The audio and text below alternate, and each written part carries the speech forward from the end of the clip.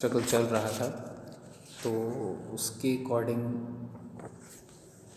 Freedom movement में अब कहीं ना कहीं मतलब हम फ्रीडम की तरफ बढ़ रहे थे आगे। तो ब्रिटिशर्स भी अपना कुछ ना कुछ वर्क कर ही रहे थे ताकि मतलब हमको अलग बांट सकें, हमें परेशान कर सकें ना। तो उसमें एक पॉइंट आता है पार्टीशन ऑफ बंगाल। चैप्टर 12 हम लोग चल रहे हैं, ठीक है। All have everyone, freedom movement है और इसका पेज नंबर 110 पेज नंबर है, ठीक है। Partition of Bengal. तो one of the most significant event which gave a new turn to the national movement was partition of Bengal in 1905। तो सबसे बड़ा सिग्निफिकेंट इवेंट आता है कब? 1905 में। हमारे पूरा नेशनल मूवमेंट में एक तरह से पार्टीशन करने का काम कर दिया था।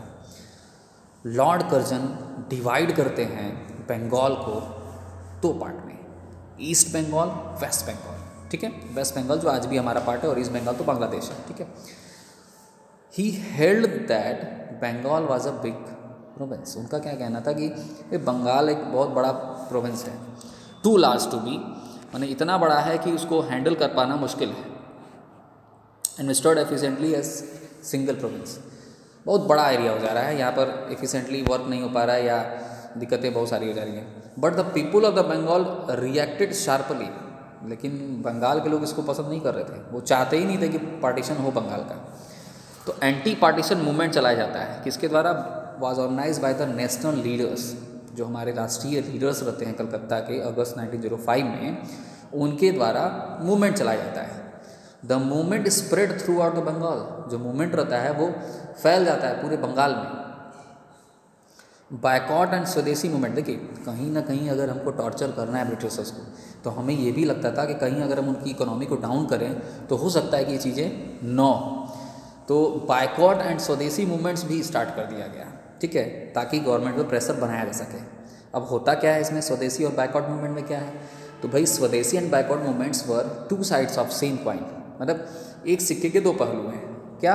Intended as an the economic challenge to the British rule. अभी मैंने बताया कि इकोनॉमिक चैलेंज अगर हम ब्रिटिश को करते हैं तो वो कहीं ना कहीं परेशान होंगे। तो स्वदेशी means of one's own country, माने वो चीज़ जो हमारे यहाँ की खुद की है उस चीज़ को हम इस्तेमाल करें। It was based on the principle of self reliance, यानी कि ये हमारे लिए, हमारे खुद के लिए, which refers to the manufacturing and using indigenous goods, यानी हमारे देश का बना हुआ, हमारे मातृभूमि का बना हुआ चीज़ का इस्तेमाल हम करें।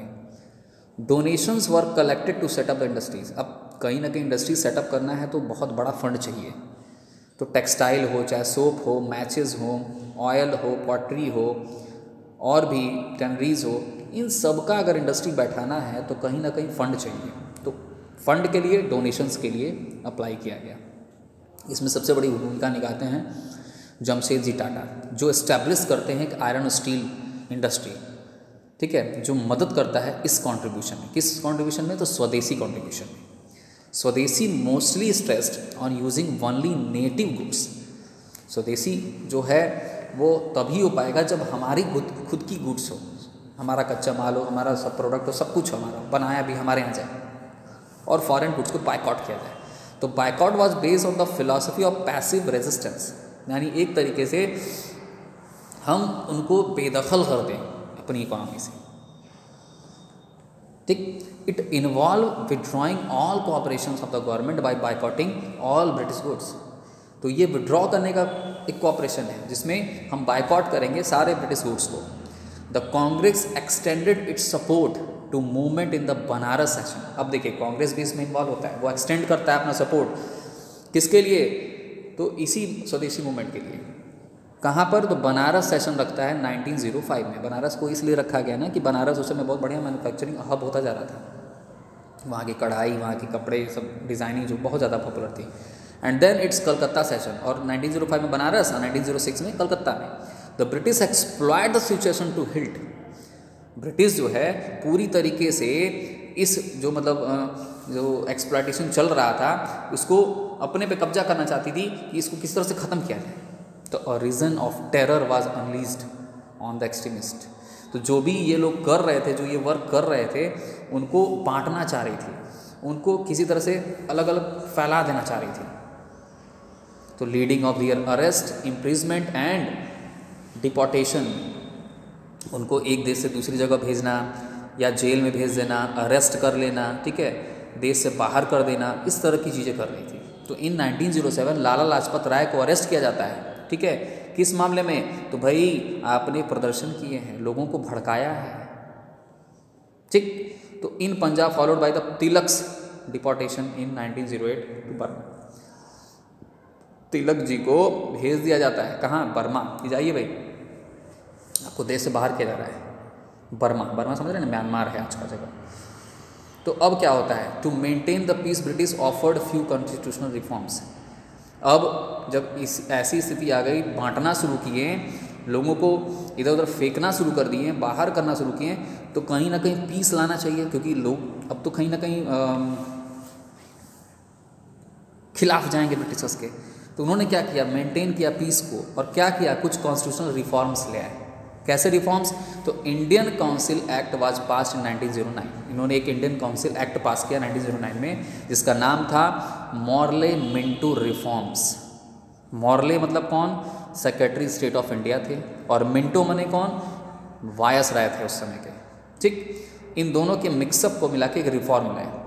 तो ये एक्ट कहता क्या? तो the act increase the number of elected members in legislative council. Legislative council में जो मेंबर्स हैं उनको बढ़ाया जाएगा। These member were elected indirectly. In members को इनडायरेक्टली इलेक्ट किया जाएगा, और उनके पावर को जो ये एडवाइस करेंगे वो इनको करना है, एडवाइजरी के अकॉर्डिंग पावर दिया जाएगा। मैंने कहीं ना कहीं ये दिखाने की कोशिश कर रहे थे कि भाई हम भारतीयों को अपने में शामिल कर रहे हैं, हम नए तरह के जॉब देने की कोशिश कर रहे हैं, लेकिन इसका कुछ असर होने वाला नहीं है। अब आता है revolutionary trend and Ghadar movement. अब क्या होता है? The shift from extremism and radical nationalism to revolutionary trend was a logical one. जो शिफ्ट था, जो एक्सट्रीम हो रहा था, बहुत ज़्यादा लोग भड़क रहे थे, नेशनलिज्म की तरफ आगे बढ़ रहे थे, एक रिवेंज बदला लेना चाह रहे थे, तो British policies had led to the rampant unemployment. जो इस तरह की ब्रिटिश काम कर रही थी, जिस तरह की वो पॉलिसी ला रही थी, उसके वजह से बेरोजगारी बहुत ज़्यादा बढ़ रही थी। और इससे क्या हुआ? तो एजुकेटेड यूथ जो है वो इंडियन सोसाइटी का इनके खिलाफ हो रहा था। A series of revolutionary act created a panic among the British. तो जब इन्होंने देखा कि जो रिवॉल्यूशनरी हैं वो हमारे खिलाफ जा रहे हैं, तो इससे ब्रिटिशर्स के बीच में पैनिक मूवमेंट चलने लगा। खुदीराम बोस, जो कि एक प्रफुल्ला चक्की, had planned to kill Mr. Monsford, an unpopular judge of Muzaffarpur, were arrested and hanged. ये जज रहते हैं मिस्टर मॉन्सफोर्ड, एक अनपॉपुलर जज रहते हैं। खुदीराम बोस को फांसी के तख्ते पे चला देते हैं। जो प्लान करता है किसको? इनको जज को मारने के, ठीक है, मतलब arrested and hanged. Some well-known secret society had been established. These include Yugantar by Bhupendra Nath Datta and Abhinav Bharat by V.D. Savarkar. Indian revolutionary activities in abroad also surfaced. विदेशों में भी शुरू हो जाता है। In 1905 में Shyamji Krishna Varma set up the India House in London. ये set up करते हैं कौन? श्यामजी कृष्णा, लंदन में एक India House. His paper Indian socialist became mouth piece of revolutionary. ये एक तरह से मुखपत्र लिखते हैं रिवॉल्यूशनरीज को लेकर के। वी.डी. सावरकर ऑल्सो ज्वाइन, ये भी ज्वाइन कर लेते हैं इंग्लैंड में 1907 में। In 1913 the Indian immigrant organised a party known as Hindustan Ghadar party in USA. अब सोचिए, देश में तो जो चल रहा था, विदेशों में भी लोग इकट्ठा होना शुरू हो गए थे। अब ये हिंदुस्तान गदर पार्टी बनती है यूएसए में। इसका एम रहता है कि भाई देश को कहीं ना कहीं लिबरल बनाना है, अपनी मातृभूमि को आज़ाद करना है। It held the Indian could achieve freedom only by the national revolution in India. ये तभी हो पाएगा जब नेशनल रिवॉल्यूशन होगा भारत में। Its prominent member were Sohan Singh Bakhna, Lala Hardayal, Kanshiram, Karim Bakhsh, Ajit Singh, ये सभी इसमें इन्वॉल्व रहते हैं। The Ghadarite revolutionaries urge the Indian, ये अर्ग करते हैं इंडियंस को, living abroad to come back to India to help the revolutionaries overthrow the British government. ये कहते हैं कि भाई इंडिया वापस आइए अब्रॉड से और मदद करिए रिवॉल्यूशनरीज को, ताकि ब्रिटिशर्स को सबक सिखाया जा सके। अब सुनिए क्या होता है, चीज़ें बदल रही हैं। 1911 में क्या होता है, ब्रिटिश शिफ्ट कर देता है इंडिया के कैपिटल को कलकत्ता से दिल्ली, यानी जो दिल्ली अब कैपिटल हो जाता है, कलकत्ता जो था पहले अब दिल्ली हो जाता है। ये एक फॉर्मली, चूँकि कर तो देते हैं लेकिन उसको फॉर्मली इनॉग्रेट करना होता है, तो वायसराय हार्डिंग जो है इंटर करते हैं, एक वहाँ पर सभा बुलाई जाती है, एक पूरा प्रोग्राम होता है, ठीक है, एक समारोह होता है जिसमें वो एलिफेंट से आते हैं। तो एक बॉम्ब जो है वो फेंका जाता है, किसके ऊपर, चांदनी चौक में, उनके ऊपर, किसके ऊपर, वायसराय के ऊपर, हार्डिंग के ऊपर। Killing the man next to him, जो उनके बगल में रहता है वो मर जाता है, एंड इंजरिंग मैनी स्पेक्टेटर्स, और जो आसपास बहुत सारे लोग रहते हैं उनको माने इंजरी हो जाती है। The plot was mastermind by the रस बिहारी बोस, जो ये चीज़ें की गई, जो ये षड्यंत्र रचा गया वो रस बिहारी बोस के द्वारा रचा गया, वो मास्टरमाइंड थे। Several accused were deported and master Amir Chand, Awadh Bihari and Pal Mukund were arrested and hanged in the Delhi jail. इन लोग को दिल्ली जेल में लटका दिया था फांसी के फंदे पर। Maulana Azad medical college is situated today, यहीं पर इसी जेल के पास मौलाना आज़ाद मेडिकल कॉलेज भी है आज के डेट में। तो कहीं ना कहीं चीज़ें चल रही थी, फांसी पे लटक रहे थे लोग, विरोध चल रहा था, बहुत कुछ हो रहा था, बमबारी भी देखिए हो गई। अब आता है कम्युनलिज्म। कम्युनलिज्म का मतलब होता है सांप्रदायिकता। तो अब यहाँ पे मुस्लिम लीग की स्थापना होती है। 1857 के बाद ब्रिटिश जो है एक पॉलिसी अडॉप्ट करती है जिसके थ्रू डिवाइड करती है, डिवाइड एंड रूल का सिस्टम बनाती है। द पार्टीशन ऑफ बंगाल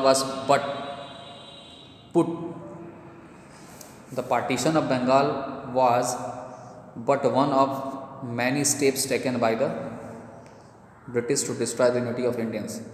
जो ये पुट होगा, जो बंगाल है उसका पार्टीशन हो जाता है, ठीक है। उसके बाद से ये भारत की यूनिटी को डिस्ट्रॉय करना चाहते हैं, जो हिंदू मुस्लिम रहते हैं उनके बीच में विवाद खड़ा करना चाहते हैं। कौन, ब्रिटिशर्स था कि हिंदू मुस्लिम अगर फिर से एक हो जाएंगे तो 1857 में फिर दिक्कत पैदा होने लगेगी, वही फिर से मूवमेंट चलना स्टार्ट हो जाएगा, जिसकी वजह से इनको दिक्कत होगी। तो अब क्या करते हैं, ये मुस्लिम्स को उकसाना शुरू करते हैं। तो some of the Muslims become suspicious of the Hindus due to certain actions of the some mainstream leaders. For example, Tilak organise mass celebrations at festival like a Ganesh Chaturthi to demonstrate unity and the patriotism। देखिए होता क्या है कि Britishers भड़का देते हैं Muslims को, Muslims doubt में रह जाते हैं कि भाई ये जो बाल गंगाधर तिलक हैं वो सेलिब्रेट कर रहे हैं अपने फेस्टिवल गणेश चतुर्थी को, जिसमें वो देशभक्ति दिखाते हैं, यूनिटी को दिखाते हैं। तो British were quick to take advantage, इसी का एडवांटेज ये ले लेते हैं, कौन, Britishers, of this and encourage separatist tendency among the breakaway sections of the Muslims. और इसी का फ़ायदा उठा करके ये समझा देते हैं नवाब सलीमुल्लाह ऑफ डक्का को, क्या कि भाई देखो स्थिति ये है, ये अपना एक तरफ हो गए हैं, तुमको अलग कर देंगे, तुमको प्रताड़ित करेंगे, यह करेंगे वो करेंगे, पूरा देश इक्का हो जाएगा एंड ऑल। तो they were also encourage to start a separate organisation for Muslims. तो इनको इनकरेज किया कि भाई आप अपना अलग ऑर्गेनाइजेशन बनाइए मुस्लिम्स का, with the Congress being describe as a party of Hindus by British. और कांग्रेस को कह दिया कि भाई ये पार्टी जो है हिंदूज़ की है, ठीक। तो in 1906 Aga Khan and Nawab Salimullah Khan formed All India Muslim League. 1906 में इन्होंने बना लिया, duly supported by the viceroy Minto. इसमें मिंटो साहब आ गए, घुस गए, सपोर्ट कर दिया। तो the objective of this organisation were clearly safeguard the political and other rights of the Indian Muslims. तो अब चूंकि ब्रिटिशर्स भी शामिल हो गए हैं तो सेफ्टी मिल गई, पॉलिटिकली पावर मिल गया इंडियन मुस्लिम्स को। तो इन्होंने मुस्लिम लीग की स्थापना और स्ट्रांगली कर दिया। अब क्या होता है, the national movements during the first world war. When the first world war broke out, India being a colony was automatically drawn into the war। अब चूंकि हमारे यहाँ ये लोग आके रह रहे थे तो फर्स्ट वर्ल्ड वॉर में ब्रिटिश का बहुत हाथ था, तो भारतीय भी उसमें इन्वॉल्व हो जाते हैं, तो भारतीय टुकड़ी जो है वो भेज दी जाती है बाहर लड़ने के लिए। ब्रिटिश के साइड से थे भारतीय, लेकिन ब्रिटिश के साइड से लड़ रहे थे। The Congress supported the war, लो कांग्रेस भी सपोर्ट करने लगी, and kept a low profile as it believe that the British would reciprocate by the fulfilling the demand of self rule। उनको ये लगता था किसको, कांग्रेस को, कि अगर हम सपोर्ट करेंगे तो इससे हमारा क्या होगा, जो हमारी डिमांड होगी हमारे देश की वो सारी डिमांड ब्रिटिश से पूरा करेंगे, लोगों की, नागरिकों की जो दिक्कत रहेगी। Meanwhile frustration was rising among the people due to the scarcity of the goods and rise in price all cause by the war. लेकिन कहीं ना कहीं फ्रस्ट्रेशन भी था, क्योंकि वॉर अगर होगा तो कहीं ना कहीं गुड्स की कमी होगी, प्राइसेस बढ़ेंगे, टैक्सेस बढ़ेंगे इस वॉर की वजह से, क्योंकि खर्च तो भारतीय का ही ना होगा। लेकिन ये बात समझ में नहीं आती है कांग्रेस को, वो सपोर्ट करने लगते हैं कि नहीं नहीं आगे चल के हमको फ़ायदा होगा। अब आता है home rule leagues. In order to revive the spirit of the people, Tilak establish the home rule league. ये होम रूल लीग लगाते हैं इन 1916 में to attend the self government for India. अब ये कहते हैं कि ना हमें अपना रूल चाहिए। At same time inspired by the Irish home rule movement, वो इंस्पायर होते हैं ईरिश होम रूल से जो विदेशों में चलता है। Annie Besant launch a similar home rule league in India and started journal New India to spread the message of freedom among the Indians. Tilak and Annie Besant coordinate with each other, as a result of which home rule movement soon spread different part of the country। माने हमें अपना अधिकार चाहिए, हमें अपना देश चाहिए, ऐसे बातें कहने लगे तिलक और एनी बेसेंट, और पूरे ऑल ओवर कंट्री में ये फैलाना शुरू कर दिए, लोगों के बीच लाना शुरू कर दिए। द गवर्नमेंट रिएक्टेड शार्पली, फिर देख रहे हैं, and Annie Besant was confined along with her 2 colleagues। This outrage the people and they protested against the repression. Finally the government had to release her. तो फिर अरेस्ट हो जाती हैं कौन, एनी बेसेंट, और अरेस्ट होने के बाद उनके कलीग्स के साथ उनको रिलीज़ कर दिया जाता है। क्यों? क्योंकि लोग जो है अब प्रोटेस्ट करने लगते हैं। अब आते हैं इमरजेंस ऑफ महात्मा गांधी। देखिए पूरा जो मूवमेंट है ना उसमें धीरे धीरे लोगों को जोड़ा जा रहा है। अब मोहनदास करमचंद गांधी घुसते हैं इस मामले में, एंट्री करते हैं मूवमेंट को लेकर के, फ्रीडम को लेकर के। तो Mohandas Karamchand received his early education in India. He then went to the England to the study law. आगे चलकर ये वो लॉ को लेकर के स्टडी करते हैं। After becoming a barrister he went to the Durban, वहाँ चले जाते हैं साउथ अफ्रीका डरबन में। There he witness the intense racial discrimination, इनके खिलाफ डिस्क्रिमिनेशन होता है, बहुत बुरा बर्ताव होता है इनके साथ। In bizarre incident he was thrown out the first class compartment, इनको फर्स्ट क्लास कंपार्टमेंट से फेंक दिया जाता है, जैसा कि इनका कहना था। Because coloured people could not travel in them, क्योंकि कलर्ड पीपल को एंट्री नहीं थी उस ट्रेन में। As they were reserved for whites, और कहा जाता था कि ये रिजर्व था किसके लिए, तो वाइट पीपल के लिए। तो ये भाई ये क्यों एंट्री करेंगे, ऐसा कहना था किसका, वाइट पीपल्स का। ठीक है, वाइट पीपल मतलब Britishers. He decided to launch a struggle against such discrimination, तब उन्होंने वहाँ डिसाइड किया। देखिए कहीं ना कहीं कुछ दिक्कत आती है तभी कोई विद्रोह करना शुरू करता है।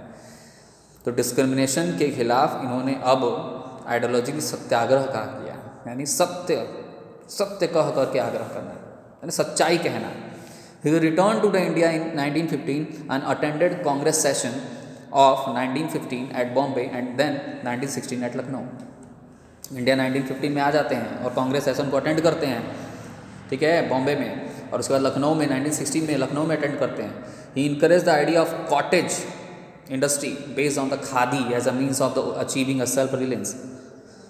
तो अब इनका क्या कहना था कि वो इनकरेज करते हैं कि भाई हम अपना इंडस्ट्री खुद का क्यों नहीं सेट करते हैं खादी का, जिससे कि हमें अपनी खुद की आज़ादी मिलेगी, हम अपने लिए खुद के लिए आराम से काम कर सकेंगे, हमें खुद का फंड मिलेगा। He also came to know about the miserable condition of the peasants working in the indigo plantation at Champaran में भी जाके इन्होंने किसानों के लिए काम किया। जो इंडिगो प्लांटेशन चल रहा था, नील की खेती चल रही थी, जिसकी वजह से किसानों को दिक्कत हो रही थी। And launch Satyagraha for them, और वहाँ पर भी उन्होंने सत्याग्रह किया किसानों के साथ मिल करके। People supported this cause and force the authorities to appoint the committee to look in to the grievance of the peasants.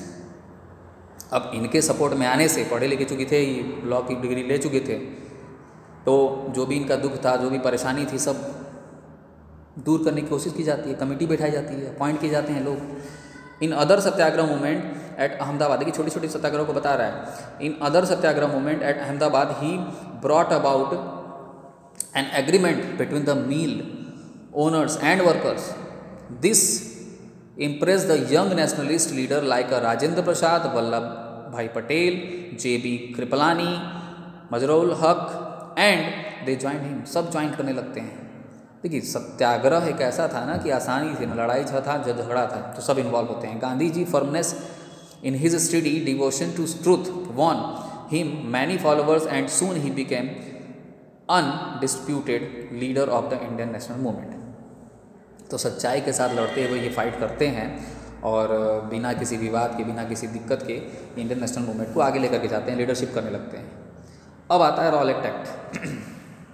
While the political situation in India was undergoing a crucial change, बहुत सारा crucial change चल रहा था भारत में। The British government appoint a commission, तो British government जो है अपॉइंट करती है कमीशन को, ठीक है,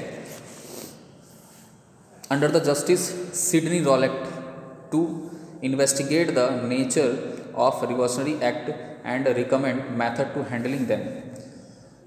जो ब्रिटिश है वो अपॉइंट करती है कमीशन को, जस्टिस सिडनी रॉलेट को, ताकि इन्वेस्टिगेट करें कि क्या क्या चीज़ें चल रही हैं, क्या क्या रिवॉल्यूशन कहाँ कहाँ चल रहा है। तो जो द रॉलेट एक्ट वाज पास इन मार्च 1919, इसमें क्या होता है, एक एक्ट पास किया जाता है जिसमें unanimous opposition of all non-official Indian members। It gave the government unlimited power to suppress the political violence। इसमें बहुत सारा पावर मिलता है गवर्नमेंट को, जिसके थ्रू, इस एक्ट के थ्रू किसी भी स्थिति में, यह पॉलिटिकल वायलेंस में, यह कुछ भी वर्क कर सकते हैं। Many leaders resigned from the legislative council। इस एक्ट के आने की वजह से बहुत सारे लेजिस्लेटिव काउंसिल के जो लीडर्स होते हैं वो रिज़ाइन कर देते हैं। Among them were Mohammad Ali Jinnah and Madan Mohan Malaviya, ये भी रिज़ाइन कर देते हैं, ये लोग भी उसमें मेंबर रहते हैं। Gandhi ji started the satyagraha campaign against this repressive act. अब ये एक्ट ऐसा भी था ना कि किसी को भी अरेस्ट किया जा सकता था बिना किसी वारंट के ना। To mobilise the people on a large scale he announce to observe 6 April as a satyagraha day. उन्होंने 6 अप्रैल सत्याग्रह डे के तौर पर रखा। The people supported Gandhi ji and first half of April witness the strikes the demonstrations throughout the year country. जो लोग थे वो support करते हैं गांधी जी को। भाई गांधी जी का ऐसा व्यक्तित्व था ना कि वो शांति से किसी काम को करना चाहते थे, ठीक है। तो बहुत सारे लोग इसमें जुड़ गए देश भर में। अब इसमें फिर क्या होता है, जलियांवाला बाग मैसेकर हो जाता है। इसमें क्या है, तो the demonstration against the Rowlatt act was accompanied by violation at some places. अब रॉलेट एक्ट की वजह से वायलेशंस होते हैं कुछ जगहों पे। In one such incident 2 Congress leader doctor Saifuddin Kitchlew and doctor Satyapal arrest हो जाते हैं अमृतसर में। Also the government ban the meeting at public places. Government जो है बैन कर देती है कि कहीं भी पब्लिक मीटिंग प्लेसेस में नहीं होगी। अगले ही दिन 13 अप्रैल 1919 को unaware of order some people gathered at Jallianwala Bagh in Amritsar और प्रोटेस्ट करने लगते हैं। तो होता क्या है कि भाई लोगों को जानकारी नहीं रहती है, पूरी जानकारी न देकर के फल रूल लगा देते हैं, लोगों को जानकारी दिए ही नहीं, लोग पहुंच जाते हैं जलियांवाला बाग में अमृतसर के, ठीक है। जो कांग्रेस के लीडर्स को अरेस्ट किया गया था, किचलू जी को और सत्यपाल जी को, इनको छुड़ाने की बात करने लगते हैं, उनको लाने के लिए बात करने लगते हैं। तो as they assembled General Dyer enter the park. General Dyer जो इंटर कर जाते हैं पार्क में, जनरल डायर वही रहता है, बंदूक लेकर खड़ा रहता है, सैनिक ब्रिटिशर्स रहता है, जनरल डायर रहता है। तो कुछ टुकड़ी लेके पहुंच जाता है और जो एग्जिट पॉइंट रहती है जहाँ से लोगों को निकलने का रास्ता रहता है वहीं पर बंदूक लेके खड़ा हो जाता है, ठीक है। और यहाँ तक कि उसने ओपन फायर का ऑर्डर कर दिया कि मारो, जितना हम गोली मार सकते मारो। तो 100 ऑफ पीपल वर किल्ड और वाउंडेड, सैकड़ों लोग मारे गए और घायल हो गए। तो ये massacre arose widespread public fury and lieutenant governor of Punjab Michael O'Dwyer respond by the imposing martial law in Punjab. तब देखिए ये जो मैसेकर है ना, इसके वजह से लोगों के बीच में बहुत सारा विद्रोह पैदा हो जाता है और पंजाब के जो माइकल ओलिवर थे वो रिस्पॉन्ड करते हैं कि इस तरह की चीज़ें नहीं होनी चाहिए। देखिए फ़ोटो बनाया हुआ है, ठीक है। तो the tragedy brought Gandhi ji to the forefront of Indian politics. अब इंडियन पॉलिटिक्स में अब गांधी जी आगे आ जाते हैं। The Congress boycott the official committee of inquiry headed by the Lord Hunter. अब जो भी ऑफिशियल कमिटी बैठती है सबके खिलाफ अब जाने लगते हैं कांग्रेसी। Gandhi ji organise a passive resistance movement in the protest against the unprovoked firing. उन्होंने इसके खिलाफ भी प्रोटेस्ट किया जो इस तरीके से गलत फायरिंग की गई। A wave of mass demonstration strikes and riots engulfed many part of India. The Jallianwala Bagh massacre marked as a turning point in the history of the struggle of freedom. तो ये main point रहता है जहाँ से start होता है हमारा जलियांवाला बाग के मैसेकर के बाद से फ्रीडम स्ट्रगल और ख़तरनाक हो जाता है। इसके बाद आता है चौरी चौरा इंसिडेंट। इसमें क्या होता है, तो during the non cooperation movement some supporters were carrying out torch light procession in Chauri Chaura, a small village of Gorakhpur. The non-violent procession was a लाठी चार्ज by police. समझते हैं, नॉन कोऑपरेशन मूवमेंट के दौरान कुछ supporter जो है वो चौरी चौरा में छोटे से गांव में प्रोटेस्ट कर रहे होते हैं, ठीक है। नॉन वायलेंट प्रोसेशन ऑफ लाठी चार्ज हो जाता है पुलिस के द्वारा। जो देखिए चीज़ें शांति से चल रही थी लेकिन उन्होंने लाठी चार्ज कर दिया पुलिस ने। तो the supporters set the police station on the fire. तो जो सपोर्टर्स थे जिनके ऊपर लाठीचार्ज किया गया और जो इन प्रोटेस्ट के साथ थे उन्होंने पूरा जला दिया पुलिस स्टेशन को और 21 पुलिसमैन किल्ड, जिसमें 21 लोग मारे गए पुलिसमैन ब्रिटिशर्स के। This incident force the Gandhi to suspend non cooperation movement. इसी की वजह से जो Gandhi ji non cooperation movement चला रहे थे उन्होंने सस्पेंड कर दिया। The decision shock the young Congress leaders who were quite optimistic regarding the outcome of the movement. The British government arrested Gandhi ji and imprisoned him for 6 years. अब गांधी जी को इन्होंने arrest कर लिया, किसने, ब्रिटिशर्स ने, 6 साल के लिए। With his arrest, the non-cooperation movement came at end. अभी इनके अरेस्ट होने की वजह से 6 साल तक नॉन कॉपरेशन मूवमेंट ख़त्म हो गया। For next few years there was no other mass movement. अब कोई भी मास मूवमेंट अब इसके बाद से नहीं होता है, ठीक है। स्वराज पार्टी कल हम लोग पढ़ेंगे, ठीक है। ये आपका 4th पार्ट है और कल इस चैप्टर का लास्ट डे रहेगा। आपका वर्क ये है कि आपको कीवर्ड्स लर्न करने हैं और एक्सरसाइज फिल करना स्टार्ट करना है। Okay, have a good day.